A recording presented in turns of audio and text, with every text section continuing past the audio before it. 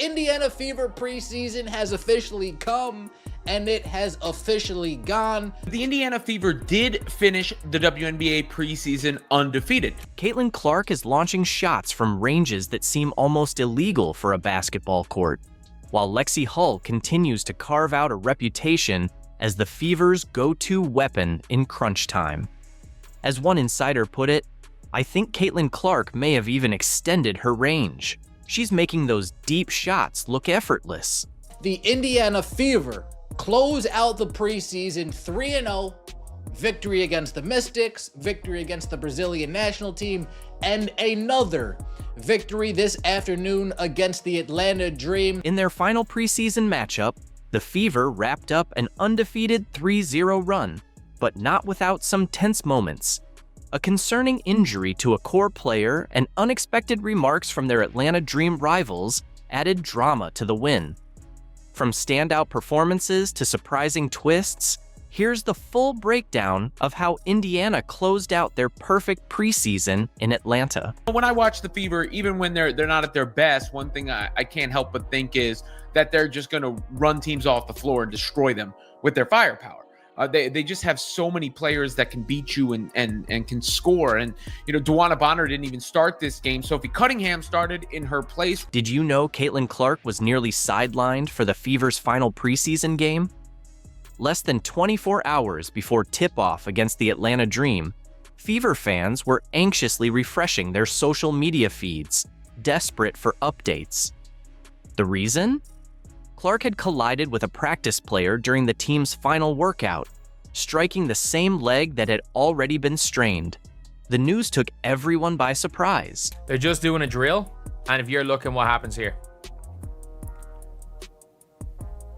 Caitlin Clark pulls up. Caitlin Clark pulls up immediately. And a lot of people are saying that it's not the end of the world. Picture the scene. The Fever's medical staff hurrying to assess their star rookie as the team's perfect preseason record hung in the balance. 2 wins, 0 losses, and now their top player was on the bench, ice pack on her leg. Fans began to worry if this was a sign of things to come. Was the pressure of the pro game already setting in? As the medical team conducted their evaluation, social media lit up with speculation. Would Clark miss the final preseason game? Could this affect her readiness for the regular season opener? With every minute, the questions only grew.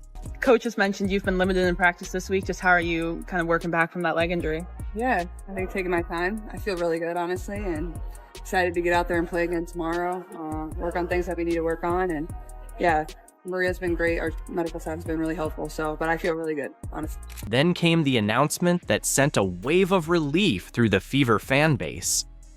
Clark was cleared to play. Not only would she suit up, but she'd be in the starting lineup.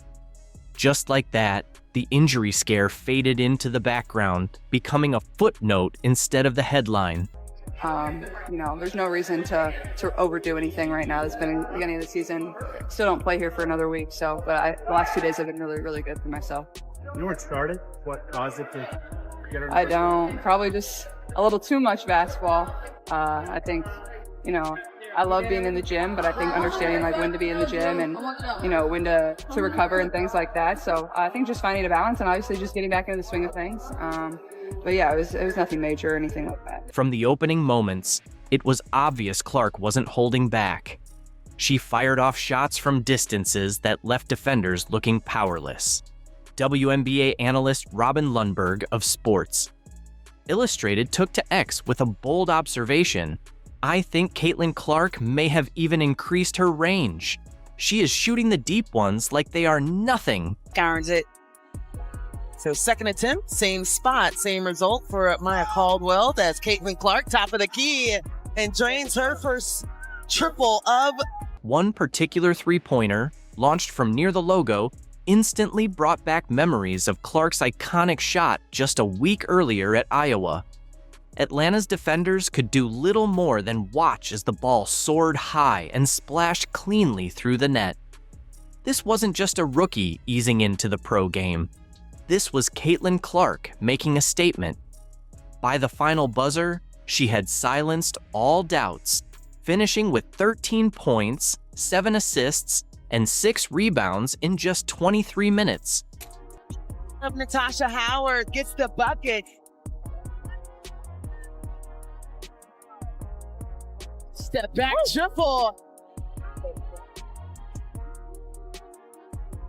Kelsey Mitchell to the rim.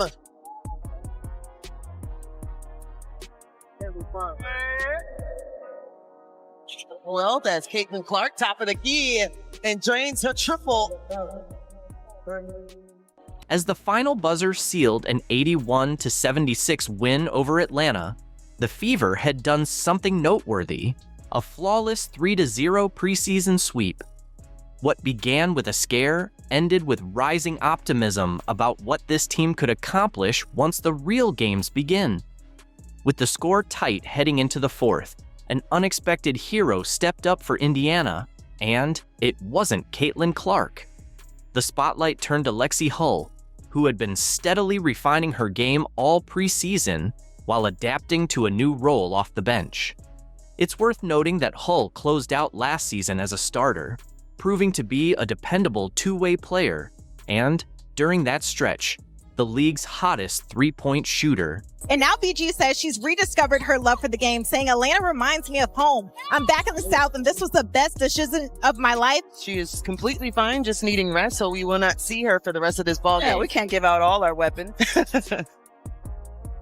Turnover as Matt Caldwell got a little too deep in. However, with the arrival of new all-star free agent additions, Hull has embraced a bench role this season. But in this game, something felt different. There was a new confidence in her stride, a sharpness in her movements that turned heads. This wasn't the same player fans had seen before. This was someone poised to take over. I think more than anything, just being able to practice with our team. We're getting a lot of good reps in practice, and I think confidence comes from that. Confidence comes from getting the reps, the game-like reps, over and over again in practice. And our team's super competitive, so every single day that we've had of training camp so far has felt pretty much game-like. Like we're all taking it very serious, and it starts in practice. The Atlanta Dream kept pressing, challenging the Fever on every possession and putting their perfect preseason run in jeopardy. The tension inside the arena was palpable.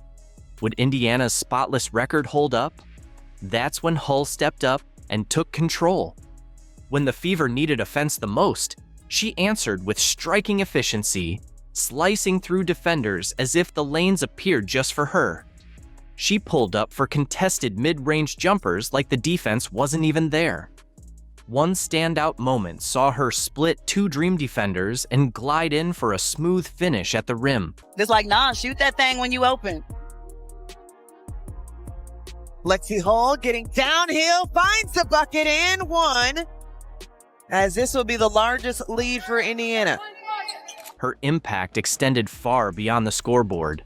Hull's defensive energy disrupted Atlanta's rhythm, forcing turnovers and sparking fast break chances. Her court vision consistently set up teammates for easy looks. The Dream had no answer for Hull's relentless effort in the closing minutes.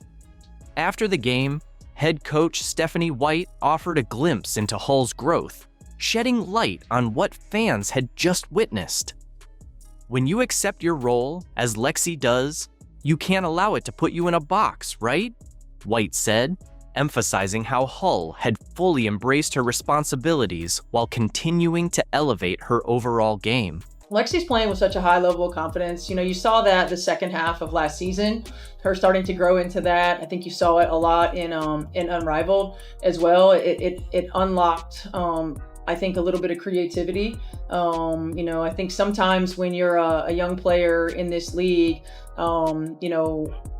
when you accept your role, as Lexi does, you can't allow it to put you in a box, right? Like your role can change throughout the course of a season. Your role can change throughout the course of career. White highlighted Hull's growing creativity and the team's rising confidence in her decision-making.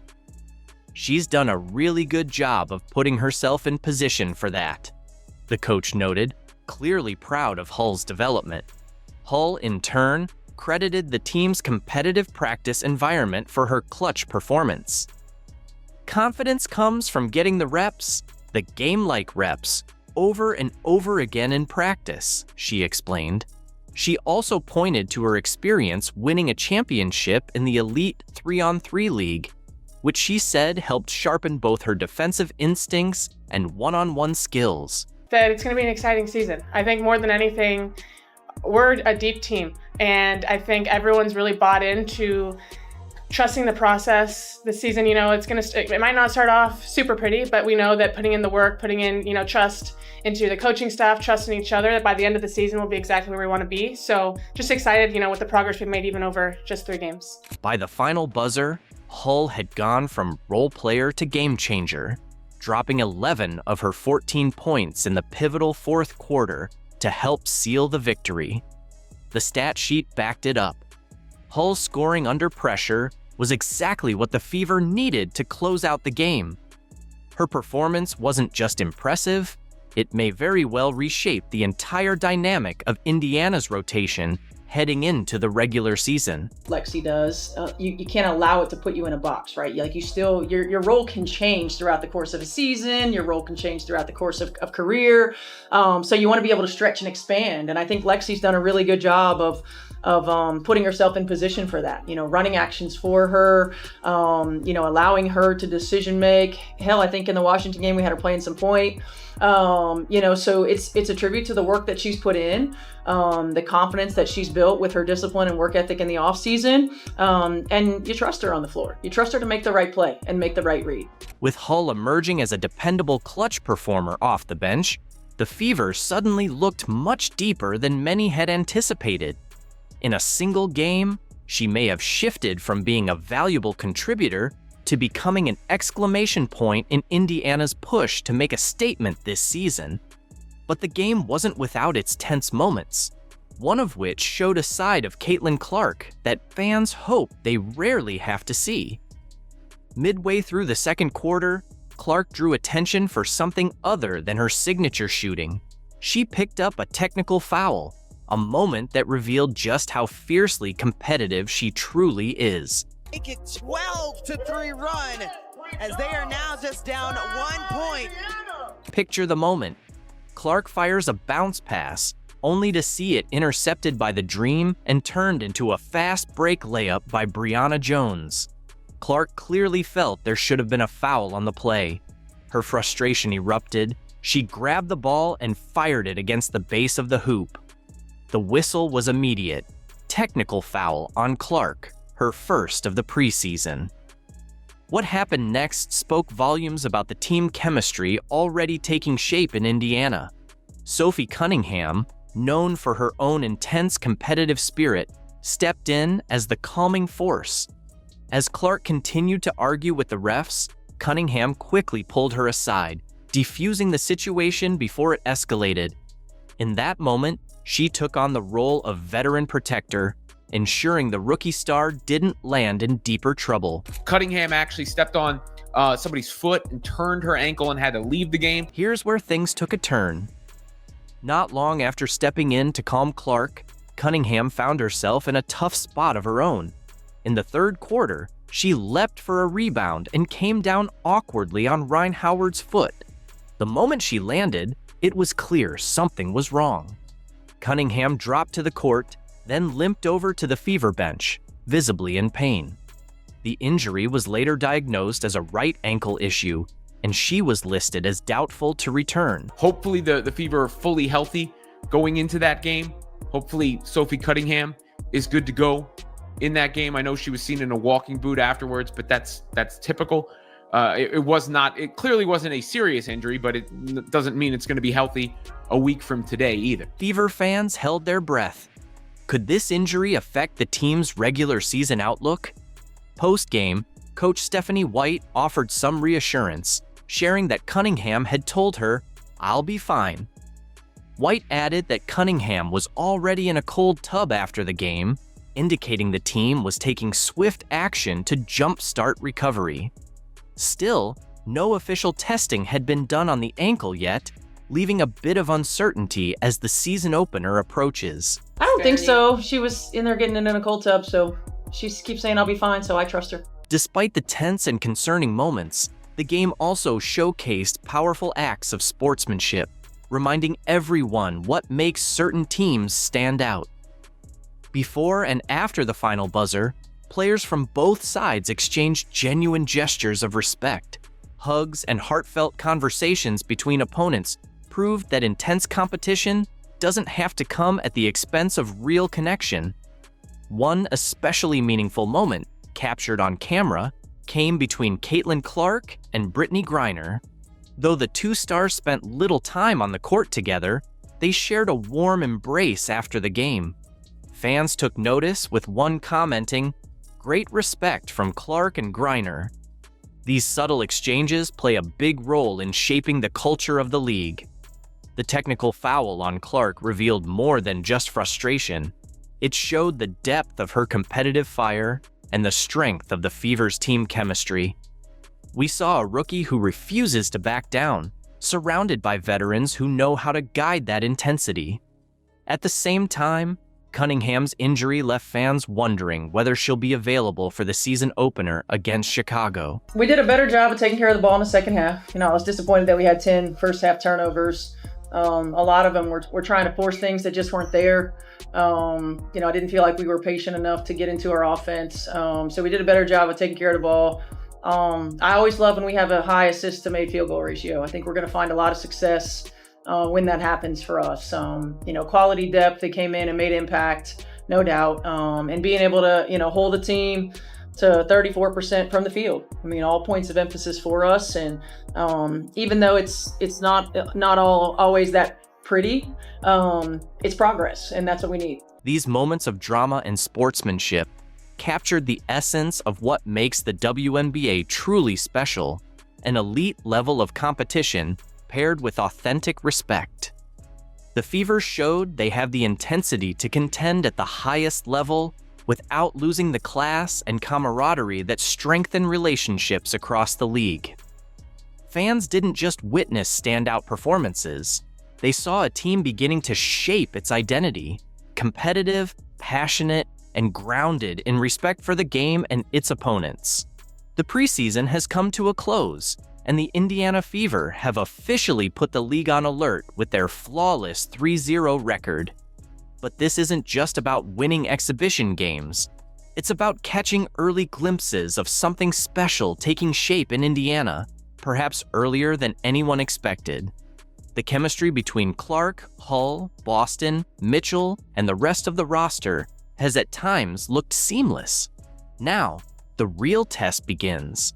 Can this momentum carry into the grind of the regular season? Teams around the league have been analyzing film, especially on Clark, crafting tailored defensive schemes designed to throw her off rhythm and reduce her impact. The Indiana Fever are that golden destination, and I can't help but laugh to the fans and the people online and the media commentators, unfortunately, who said that nobody wanted to play in Indiana. That doesn't make any sense. Cheryl Swoopes is truly on a downward spiral. She stood tall, puffed out her chest, and boldly claimed that Caitlin Clark and the Indiana Fever wouldn't be able to land top free agents. Fast forward a few months, and here we are. Indiana just pulled off one of the most successful free agency periods in league history. Meanwhile, Cheryl is left looking like a broken Magic 8 ball, constantly wrong and desperately hoping for a better outcome. Someone should check on her because, at this point, the Fever's dominance has completely obliterated any credibility she had left. People in the Fever were like, y'all. That's not my point. There's a lot of other shit going on that players are like, this ain't where I want to be. Over there. Yeah. Yeah.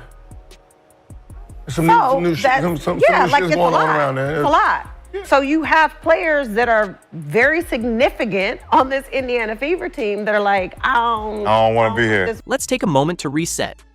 Yes, Cheryl Swoopes is a Hall of Famer and a true legend of the game. But lately, she's been clocking in as a full-time Caitlin Clark skeptic, working overtime to push some questionable opinions. She boldly stated that the Fever wouldn't be able to attract top-tier talent due to alleged locker room issues. And yet, here we are. The contracts are signed, the deals are sealed, and Indiana just assembled a powerhouse squad, while Cheryl stands on the sidelines, trying to pretend she didn't completely miss the mark with another prediction. Stephanie White came in and said, okay, hold up. Let me go to Indeed.com and Indeed get some free agents to come in here that want to play, that are accomplished, seasoned veterans. She did all that. Cheryl's been nowhere to been found. Cheryl got a lot of crow to eat, folks. Cheryl could be choking on crow right now. She need that Heimlich maneuver. If you see Cheryl Swoopes, tell her it's okay to come out and talk and say, man, you was wrong. It's okay. I can only picture Cheryl scrolling through her phone in disbelief, muttering to herself, no way these players actually chose Indiana. But yep, it happened. Natasha Howard, Bonner, Sophie Cunningham, and even Asia Wilson's close friend, Sydney Colson, are all now part of the Fever. They didn't just win free agency, they completely dominated it. When Colson was asked why she decided to join Indiana, yeah, I talked to Sydney Colson today. She said that Kelsey Mitchell was actually the first person she hit up because they built a bond here, playing AU for the last 3 years. She said she heard some good things about Caitlin Clark from her Aces teammate Kate Martin as well, so that made the decision easy. Oh, the irony. She specifically mentioned wanting to play alongside Kelsey Mitchell, one of the very players Cheryl had previously dismissed. And of course, she wanted to team up with Caitlin Clark, the same Caitlin Clark Cheryl confidently said would need years to adjust to the WNBA. Years, really? Meanwhile, Clark is out here effortlessly dropping 40-point games, while Swoopes' predictions are aging like a gallon of milk left out in the sun. 3 WNBA MVPs in your career. Would you consider each of those 3 seasons as dominant seasons for yourself? No. I can't. Bro, Cheryl Swoopes is willing to lie about her own career before she even admits that Caitlin is dominant. At this point, bashing Caitlin Clark has turned into a full-blown sport, and Cheryl Swoopes is gunning for the gold. In fact, she's probably sweeping the podium, gold, silver, and bronze, standing there with a scowl while the Fever celebrate yet another major win. Oh, Caitlin won't adjust to the WNBA?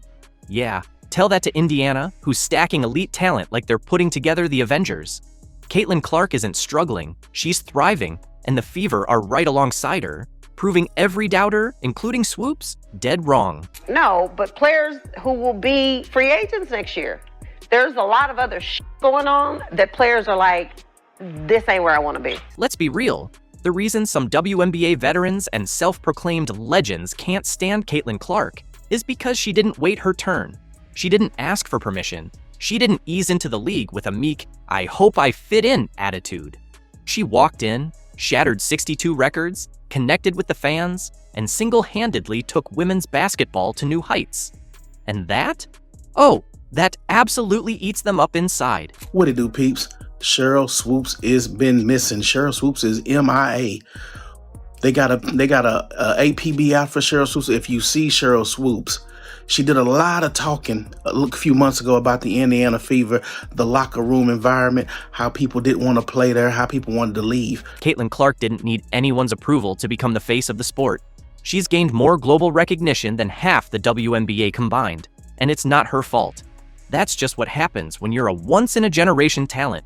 Cheryl Swoopes, Angel Reese, Asia Wilson, and the entire anti-Clark crew will have to come to terms with that, because while they're busy complaining, Caitlin is out here making history, selling out arenas, and turning the Indiana Fever into the team everyone wants to play for. You know, a lot of people say that Caitlin Clark moves the needle. That is wrong. She is the needle. She dictates. We all know what she's done on the floor. It's history, right?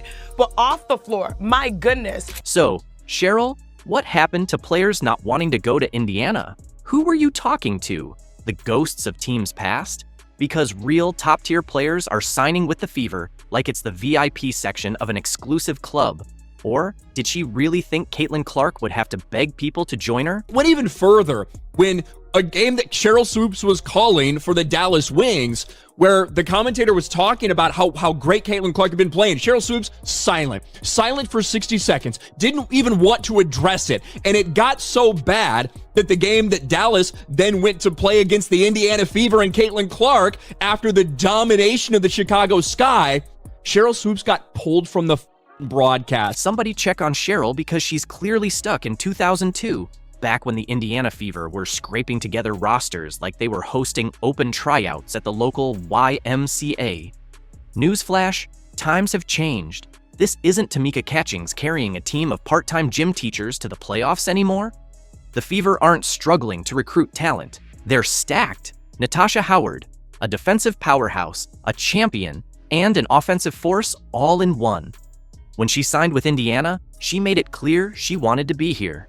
It's going to be Caitlin Clark Flash Show. So it's going to be phenomenal playing with a point guard, like you said, that have a good vision on the court, because that's like as soon as she get the ball in her hand, she's throwing it up because she already see the person down the court before she even get the ball in her hand. So that's one thing I love about her vision on the court. I really can't wait to catch all those passes and give her all the assists that she needs. DeWanna Bonner, a walking mismatch, a dominant scorer, and one of the WNBA's elite veterans. And what did she do the moment she joined Indiana? She hit Twitter and went to battle with all the Fever haters, setting the tone before even stepping onto the court. I think she's a great player. I'm happy to be on the side of her now instead of guarding her. Of course, she's a dynamic player, and you see that in what she's done in her rookie year. And I'm actually excited to see what she's going to do her second year in the league with a little bit, more experience and understanding a little bit more. So Sophie Cunningham, bringing the spice, the swagger, and enough trash talk to last the whole season. And who did she want to team up with? You guessed it, Caitlin Clark. To be honest, I am just so excited to be here. I'm from the Midwest, and so for me to kind of get back to my roots and be close to my family, I'm so excited. Like when I say that I am refreshed and I am motivated, and I just kind of feel like my spark is back. Everyone thinks I've been feisty. You've not even seen the feisty side of me yet, so this should be really fun. But for me, I'm excited to be closer to home. I'm excited to deep dive into the community of Indiana. I've already met a lot of really cool people. I'm excited to inspire the next generation of young boys and girls around here, get to know the community more. But I promise you that I'm just ready to just win. And then there's Sydney Colson. Look, she might not be dropping 25 a night, but she's about to transform that locker room into the most electric, high-energy environment the Fever have ever had. The chemistry? Through the roof. See a pattern here? These aren't just bench players being moved around for depth. These are legit WNBA stars and key contributors choosing Indiana, choosing to play alongside the Fab Four of Caitlin Clark, Aaliyah Boston, Kelsey Mitchell, and Lexi Hull.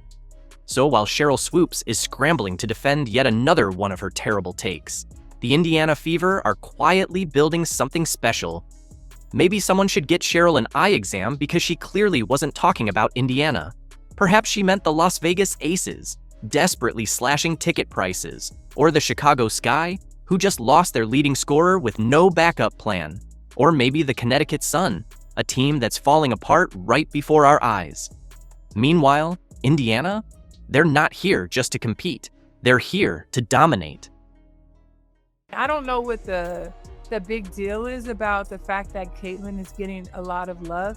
She deserves that, and she's helped change this game just as a lot of other players have. But it is what it is, and I think that we are all benefiting from the effects that she's had on the game, and I just appreciate the way she shows up. It's not every day in women's basketball that a Hall of Famer steps onto a podcast and delivers more truth than a finals post-game interview. But that's exactly what Lisa Leslie did when she recently came to Caitlin Clark's defense. What followed was nothing short of a masterclass in grace, perspective, and yes, a subtle but powerful takedown of Angel Reese on her very own show. Thousands were tuned in, and Reese got an up-close look at what will likely go down as one of the most graceful clapbacks in podcast history. Going into my season 2, what's some advice that you would give for me? Season 2, I can't wait to work with you some more.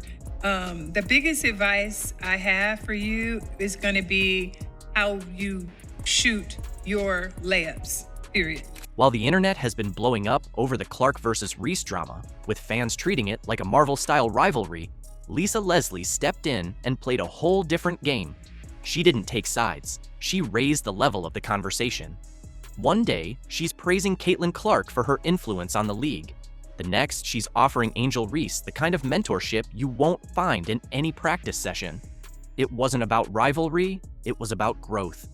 And let's face it, someone had to say it. But she literally got called out for missing layups. I mean, on her own damn show. Let's rewind for a second. For months, it's felt like Caitlin Clark couldn't catch a breath without some WNBA veteran tossing a passive-aggressive remark or shooting her a side-eye.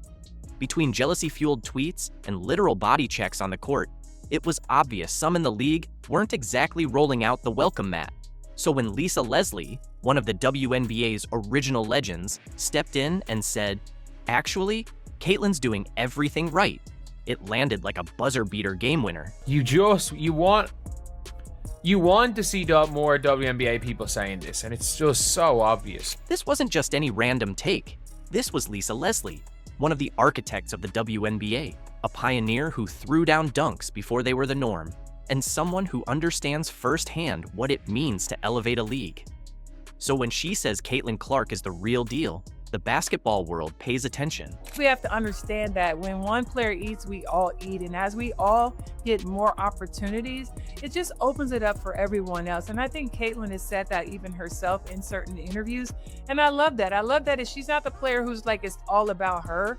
It's not. She's giving love and homage to those of us that have come before her.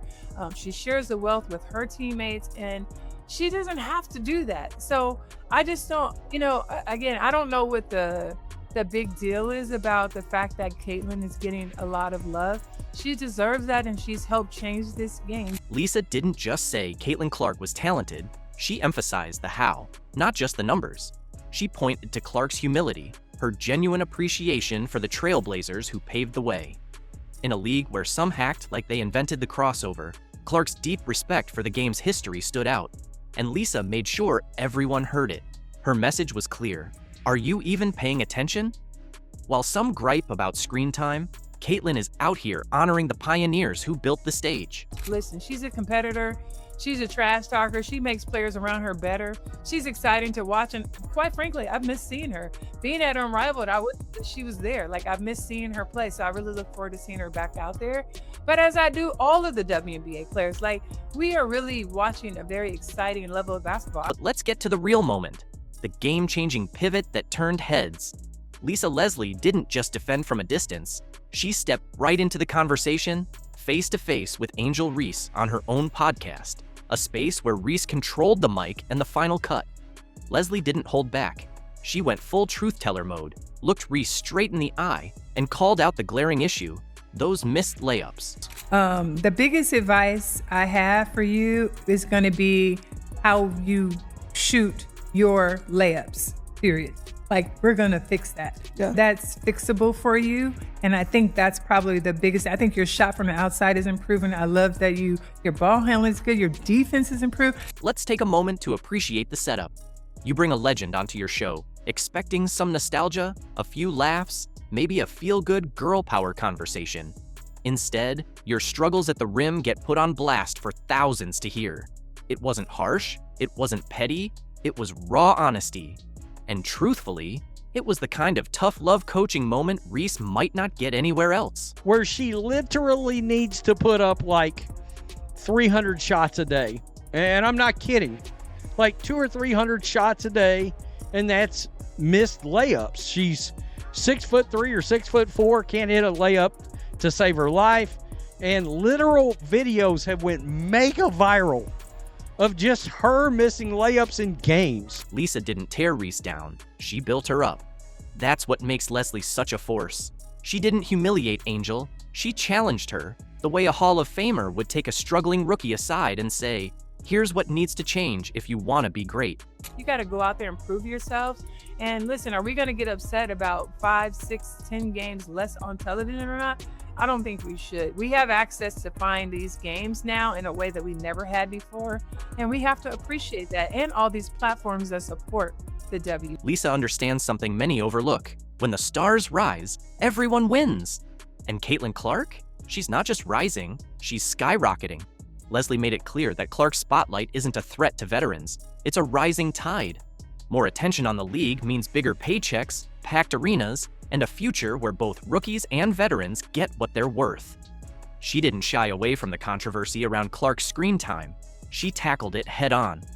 Stephen A. Smith had a very interesting discourse with Fee recently over the number of games the Fever broadcasted this season compared to other teams who have also got stars on them. So I'm curious what you make of W's decision to lean into highlighting its stars. While players like Reese and others grumbled about how often Clark's team gets the national spotlight, Lisa Leslie broke it down like a professor.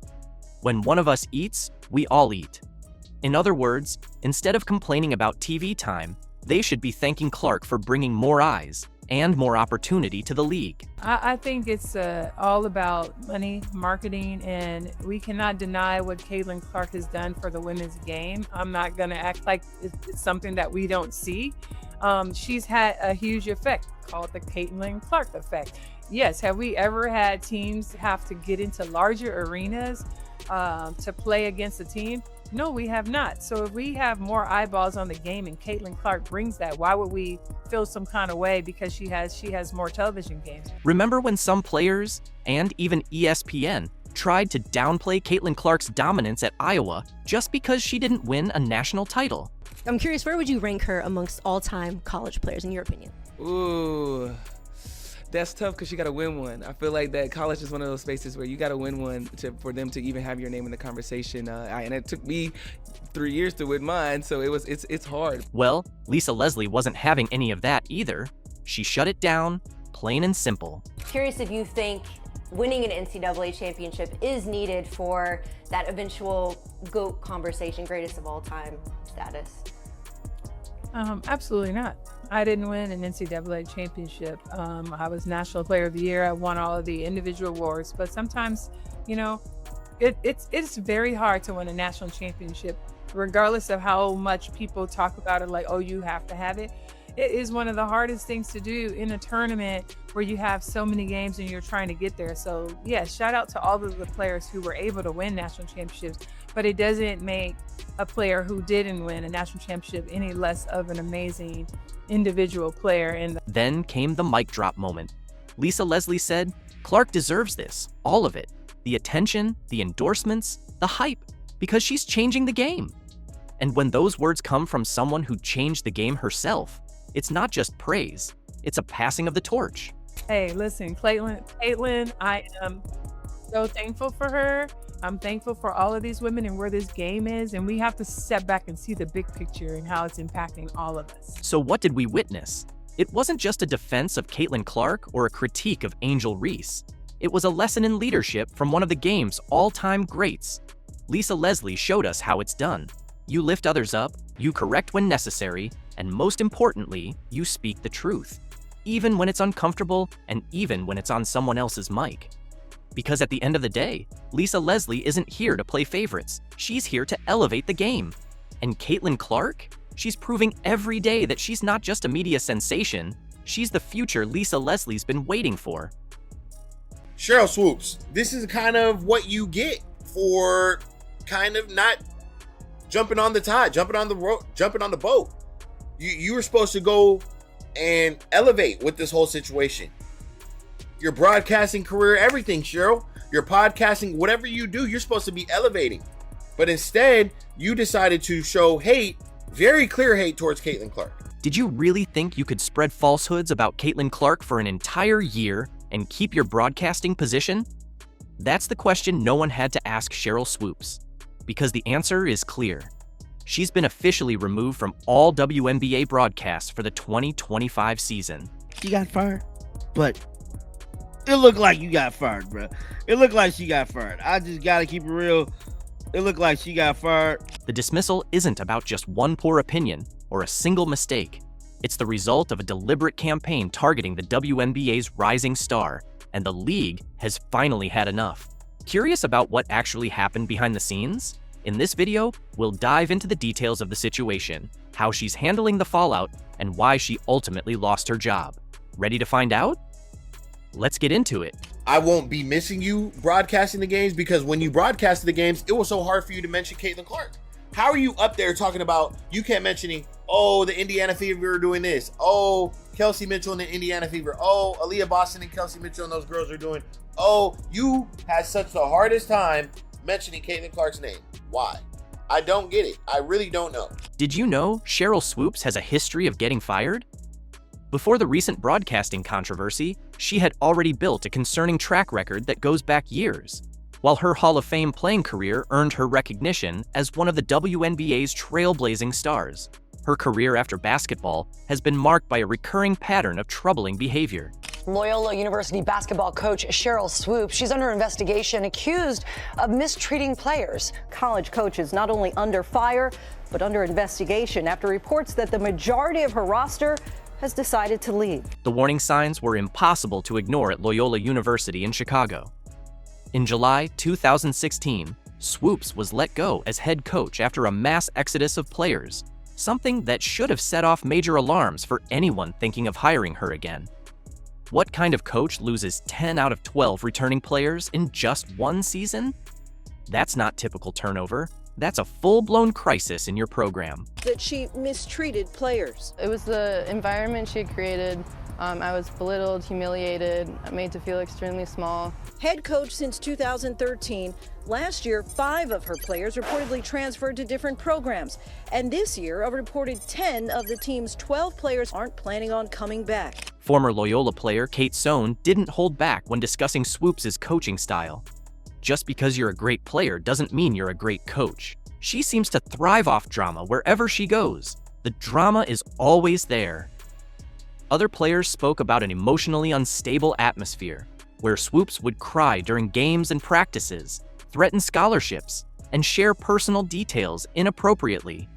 Being a great player doesn't guarantee success as a mentor, and Swoopes clearly shows how that disconnect can manifest. Former Loyola basketball player Kate Sohn says Swoopes caused the players to live in fear, that she routinely threatened that they would lose their scholarships or she would cut them from the team. It made it hard to play. It wasn't about working hard and having fun anymore. It was about surviving. The situation with Lauren Hibbert stands out as particularly troubling.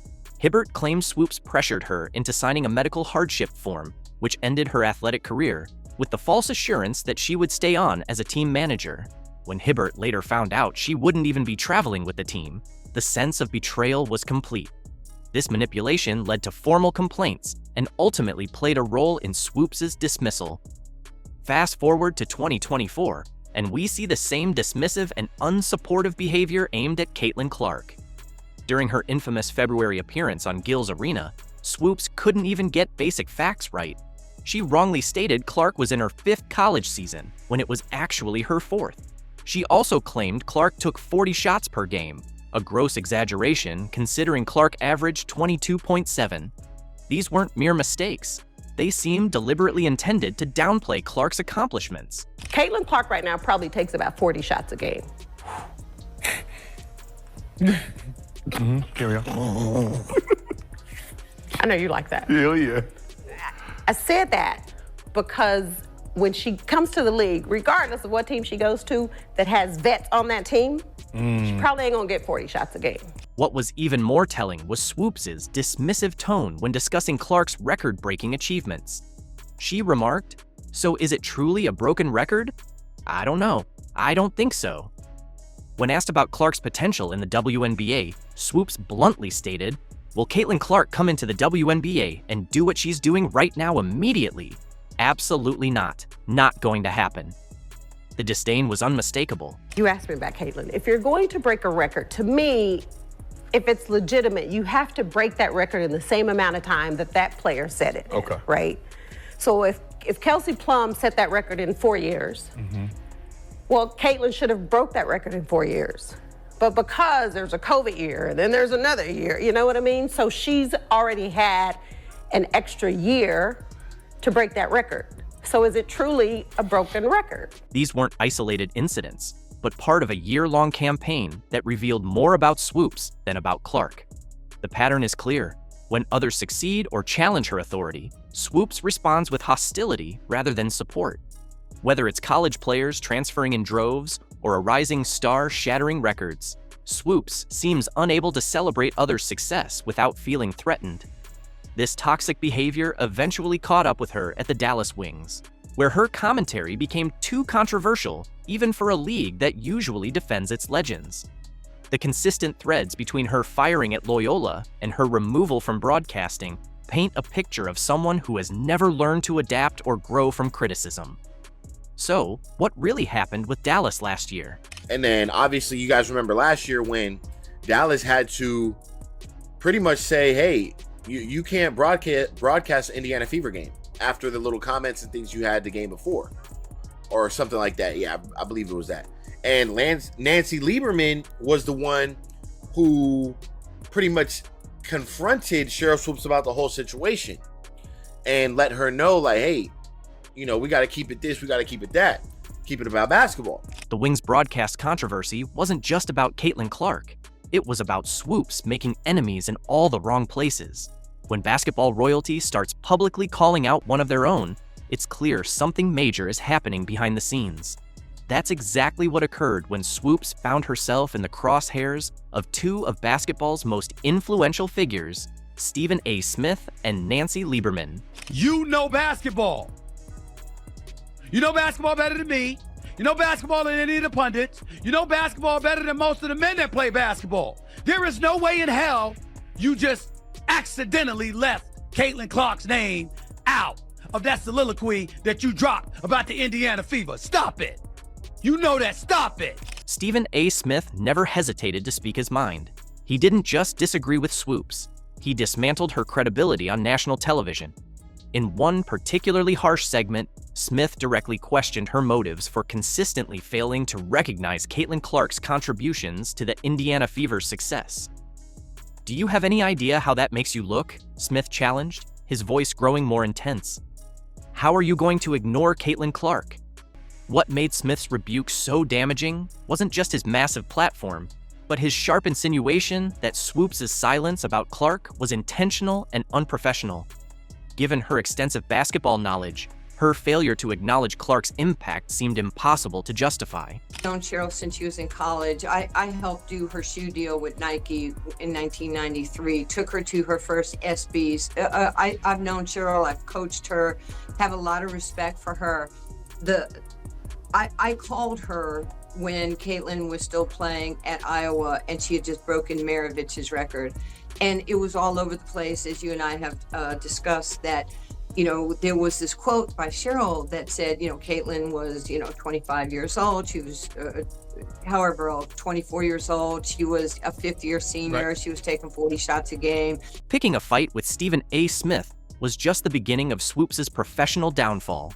Nancy Lieberman, a broadcasting colleague and former friend, took things even further. After hearing Swoopes' comments about Caitlin Clark, Lieberman reportedly called Swoopes directly to confront her about the inaccuracies in her statements. That conversation clearly went badly. So badly that Lieberman later confirmed their relationship was essentially over.